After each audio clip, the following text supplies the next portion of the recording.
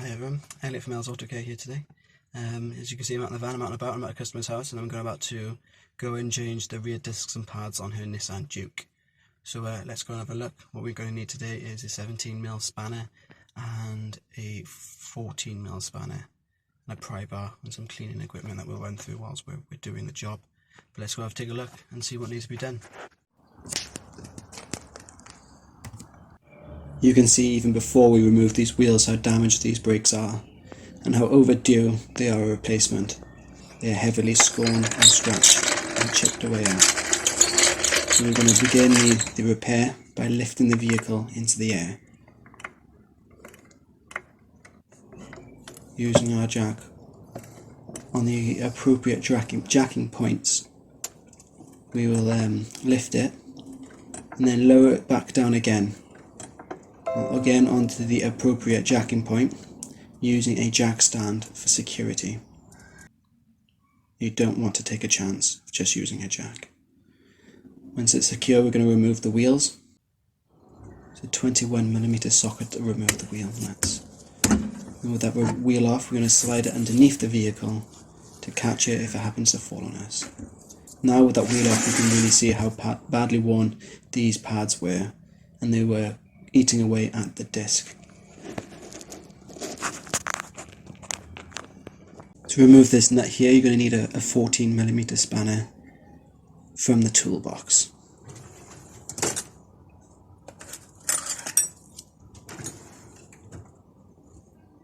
I'm just going to crack that loose.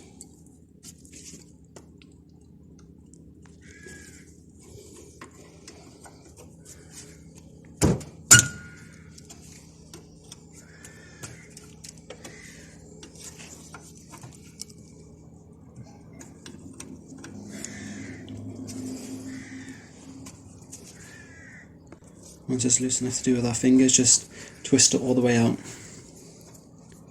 Again, I'm using a spanner, but if you want to use a ratchet or ratchet spanner or anything else, you can. We're going to pry back on this now to create some room for the piston and the pad to come past the disc.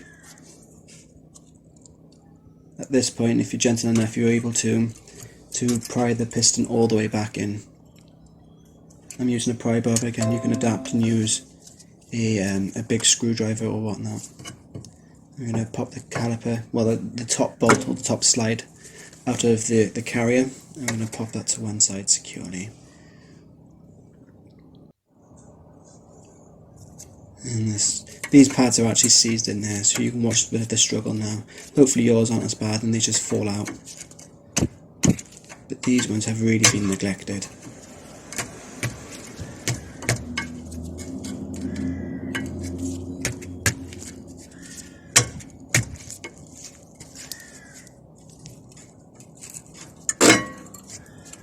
Sorry about the sun in the shot. It's a really hot day.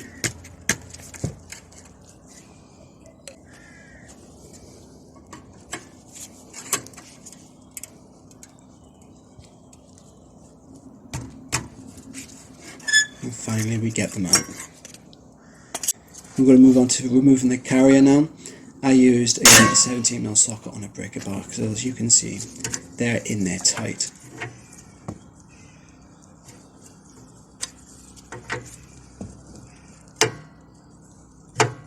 There are some other ways of getting these out. A ratchet with a jack handle or a spanner with a hammer. Just what was easiest for me. You can do what's easiest for you.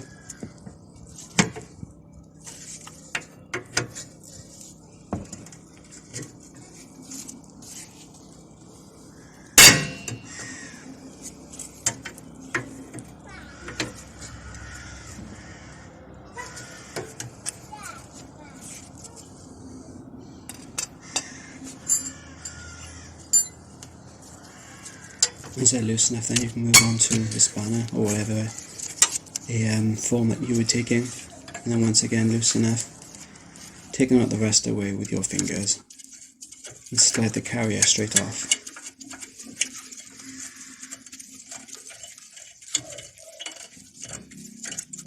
Now to remove the disc. You're going to hit it on these points here with a hammer. Be very careful not to hit the studs because you'll damage the threads on them. So give them a good tap. Rotate the disc every now and again.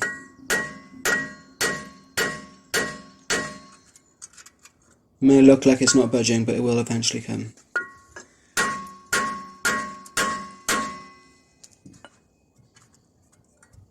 All that brake dust flying off of it. There we are. Now just work it back and forth with your hands. Sometimes it's a little bit more stuck and you have to give it a couple more whacks. But then whilst it's off, just clean up everything, clean up these shoes around the back. Get all the brake dust off of it and everything, and clean up the springs. And we're going to take a wire brush to the hub surface, where the disc meets the hub. Make sure we get all the rust off of there, so it sits back on there properly and doesn't cause any disc run out or wobble when you're braking. And you can see all that dust coming off of there now. Clean up the rest of it off there with some brake clean. And go back to cleaning up the carriers. We're doing the exact same thing. We're going to squirt it down, and then we're going to get rid of all the loose and bigger chunks of rust and debris that may be left on these carriers with the wire brush. Take your time at this point. You want them to be nice and clean. You don't want to rush this part. The better you do this part, the longer your pads will last. So you want to make sure that you do it effectively. Clean and spray away the rest of the powder with some brake clean. Make sure you do both sides, top and bottom. Again, as thoroughly as you can.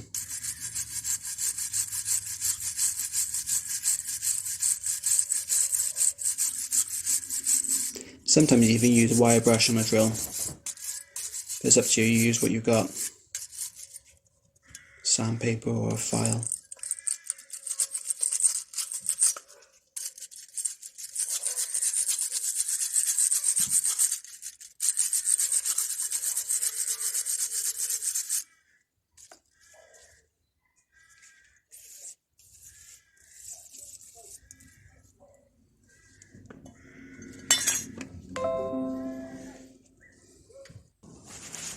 And then wipe off the guide pins or the sliders, and apply it again at some metallic free grease.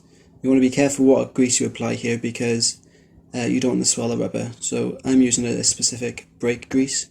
If you haven't got any, try to get some like a red rubber grease.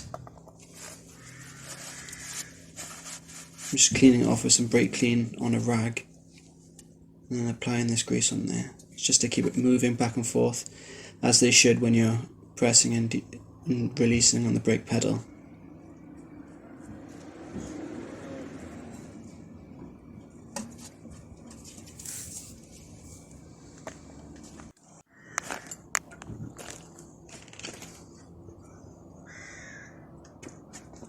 Now it's time to reassemble. Brakes, assemble. I hope you got the Marvel reference there, or else I just sound like a loser. I just sound like a loser, don't I?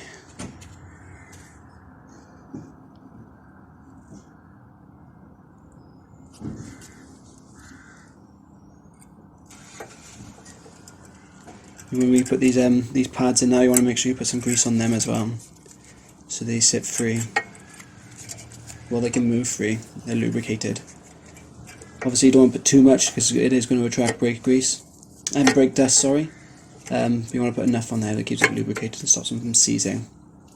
Again, you want to avoid using a metallic based grease like a copper slip, because it can increase rust and corrosion, and it can also interfere with your ABS. So it will cause you more problems than it will solve them. I'll leave a link in the description for a quality brake grease for you. Just carry it back on. Make sure the rubbers are sealed up, and put the bottom bolt back in as well.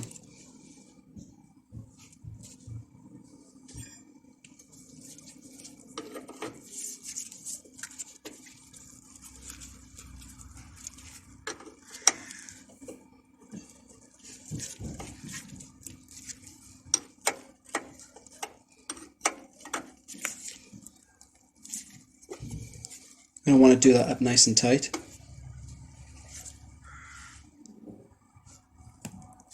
Then get the wheel back on and lower the vehicle down.